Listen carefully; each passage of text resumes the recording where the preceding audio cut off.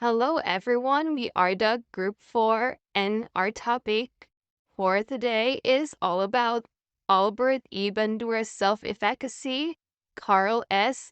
Dweck's fixed and growth mindset theory, and Edwin A. Locke's goal-setting theory. Albert Bandura introduced the concept of self-efficacy in 1977.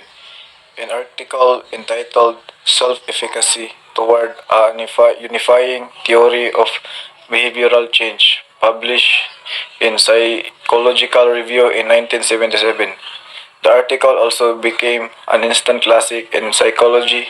Kendra, 2017, born in Munjar, Alberta, Bandura grew up with a strong emphasis on family, life, and education. After high school, he worked in Alaska and attended the University of British Columbia, where he graduated with the Bolokan Award in 1949.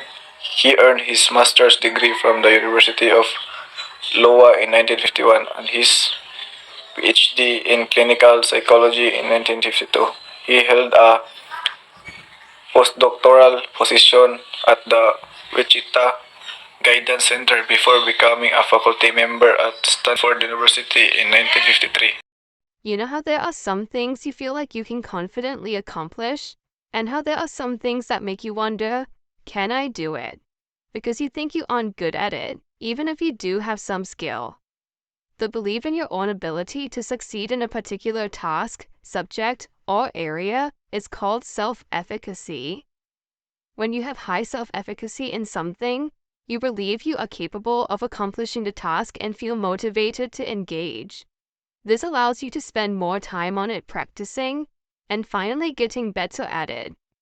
But when you have low self-efficacy in something, you may think, I'm not really good at this. This feels impossible. And you don't feel motivated to start, practice, or finish the task. Your self-efficacy can also vary in different contexts. For example, you might have high self-efficacy when you are presenting to a group you are comfortable with, and have low self-efficacy when you are presenting to others. And here's the thing about self-efficacy. It is a perception of your ability, which might be completely inaccurate. You can be incredibly competent but still have low self-efficacy. For example, you might have created many exciting personal projects before, but still feel very hesitant to work on an open source project because you think you still aren't good enough to contribute. Having low self-efficacy often occurs when someone starts something new, and compared to others around them, they think they are taking a longer time to learn and improve. However, our self-efficacy is shaped by our past experiences and often comes from having done the task many times before. And everyone has different experiences, especially in tech. But when we look at the people around us, it isn't easy to see how vastly different everyone's experiences are. And we may slip into thinking we are not as good as others at this moment. But research shows that self-efficacy, this belief in whether you can succeed in a particular area, is one of the most important influences in our ability to persist in learning and problem solving. It is often even more important than your existing skill to execute the task. So how can you increase your self-efficacy? You can start by tuning into yourself, noticing the small successes, and learning from others. We can pay attention and notice when we have low self-efficacy, and change the internal dialogue. We can also give ourselves the opportunities to achieve small successes, and by continuing to practice, even when things are difficult. We can learn about how others have struggled and succeeded at similar tasks, and get feedback from those with more experience and skill who can help us develop new strategies and improve.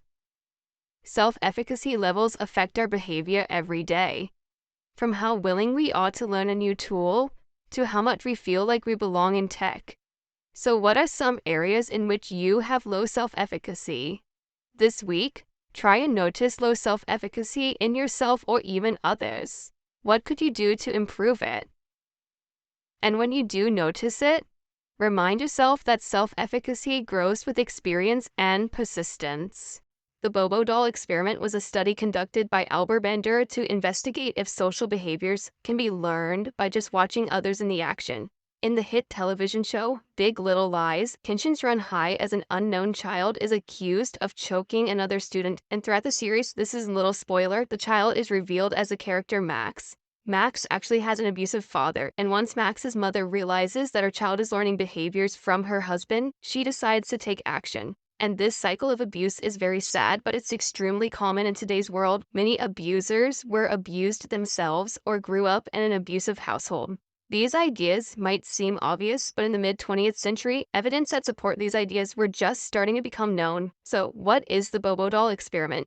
In 1961, Canadian-American psychologist Albert Bandura conducted this experiment at Stanford University. He placed a few children in a room with an adult, some toys, and a 5-foot-tall Bobo doll. If you don't know what that is, a Bobo doll are large inflatable clowns that are kind of shaped like a bowling ball pin, so they always roll upward if they're punched or knocked down. Anyways, this experiment made Albert Bandura one of the most famous psychologists in the history of the world. To this day, he is listed in the ranks of Freud and B.F. Skinner. And in this video, I'm going to explain the Bobo doll experiments, how they changed the world of psychology, and how they still have an impact on us today. So let's get started by talking about Bandura's first Bobo doll experiment. It was in 1961, and he conducted this experiment in 3 different parts: modeling, aggression arousal, and a test for delayed imitation. So stage 1 was modeling, and the study was separated into 3 groups, including a control group. 2 of the groups were in a room with a model, who is basically just an adult. One group witnessed the adult punching the Bobo doll repeatedly using harsh and aggressive language against the inflatable clown, and some of these models chose to hit the Bobo doll over the head with a mallet. Now, the second group actually did not see this behavior. They simply observed the model playing with blocks or coloring or doing other non-aggressive childhood activities. The idea here is to separate the groups to see if they are actually watching the models, and then if they imitate those behaviors. So stage 2 is aggression arousal.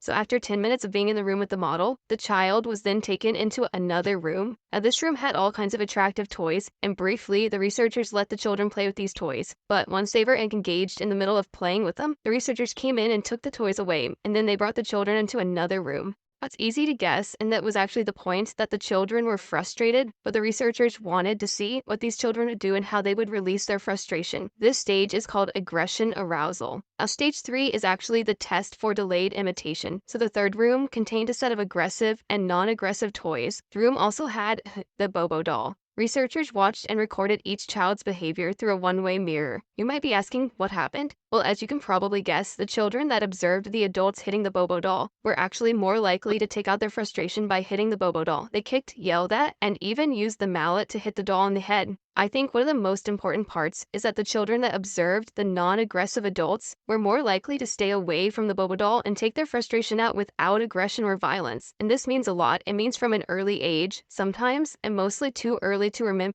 we are actually learning how to cope with frustration and negative situations just by watching our parents. And the problem is, nobody picks their parents, which means you could be modeling healthy behavior or really unhealthy behavior. But let's move on. I'm going to talk about the second Bobo doll experiment. 2 years later, he conducted another experiment with a Bobo doll. And this one combined the ideas of modeling also with the idea of conditioning, another well-known idea in psychology. He wanted to know, were people truly motivated by consequences, or was there something more to the behaviors and attitudes? In this experiment, Bandura showed children a video of a model acting aggressively towards the Bobo doll. 3 groups of children individually observed a different final scene in the video. The children in the control group did not see anything other than the model hitting the Bobo doll. And in another group, the children observed the model getting a reward for their actions. And the last group saw the model getting punished and warned not to act aggressively towards the Bobo doll. So all 3 of these groups, the children were then individually moved into a room with toys and a Bobo doll. Bandura then observed that the children who saw the model receiving a punishment were actually less likely to be aggressive towards the doll. A second observation is especially interesting. When researchers asked the children to act aggressively toward the Bobo doll, like they saw in the movie, the children did. Now, this doesn't sound significant at first, but it does make an interesting point about learned behaviors. So by watching the model and observing the actions, the children did learn the behavior. Learning, also known as remembering the model's actions, occurred simply because the children were there to observe them. Now, the consequences simply influence whether whether or not the children actually decided to perform the learned behaviors. The memory of the aggression was still present, whether or not the child saw the aggression was rewarded or punished. And this is also important. It means just by being in a negative environment, you are learning. However, based on the consequences of your environment, you are then influenced on how to decide whenever you're in a similar situation in the future. And there's one more piece of the 1963 study that is worth mentioning. While some children in the experiment watched a movie, other children watched a live model. Now, did this make any huge difference in whether or not the children learned and displayed the aggressive behaviors? Not really. The Bobo doll experiment has come into conversation again and again as psychologists and researchers had debated the idea and the impact of violent media. When children play or watch video games with violence, are they more likely to commit violence? Or, like in the Bobo doll experiment, do the children simply learn the behaviors but still exhibit control over whether or not they perform those behaviors? And this conversation is still a big part of psychology today. Who knows, it may not have been if observational learning and social learning theory were not introduced by Albert Bandura. There are two types of mindset we can cultivate. One that embraces problems as opportunities to learn, and one that avoids them, often out of fear to fail. People that avoid conflicts can be described as having a fixed mindset. Those who see problems as interesting challenges have a growth mindset. Sometimes we like to switch from one to the other. People have a fixed mindset because they believe the basic qualities, like intelligence or talents, are fixed traits, and that these traits are responsible for success. They often like to document past achievements. With a growth mindset, people believe that new abilities can be developed through practice. This view creates the love for learning that most great leaders and artists have in common. For them, life becomes an exciting journey with endless opportunity to figure out new things and advance. To develop a growth mindset, Dr. Carol Dweck, the Stanford University professor who coined the term, advises leaders, teachers, and parents to celebrate trying. Teachers should applaud students for any grade if they studied hard. Parents should encourage their children to develop any new skill they are interested in. Doing this will make them learn the skill of learning, which will also help them back in the classroom.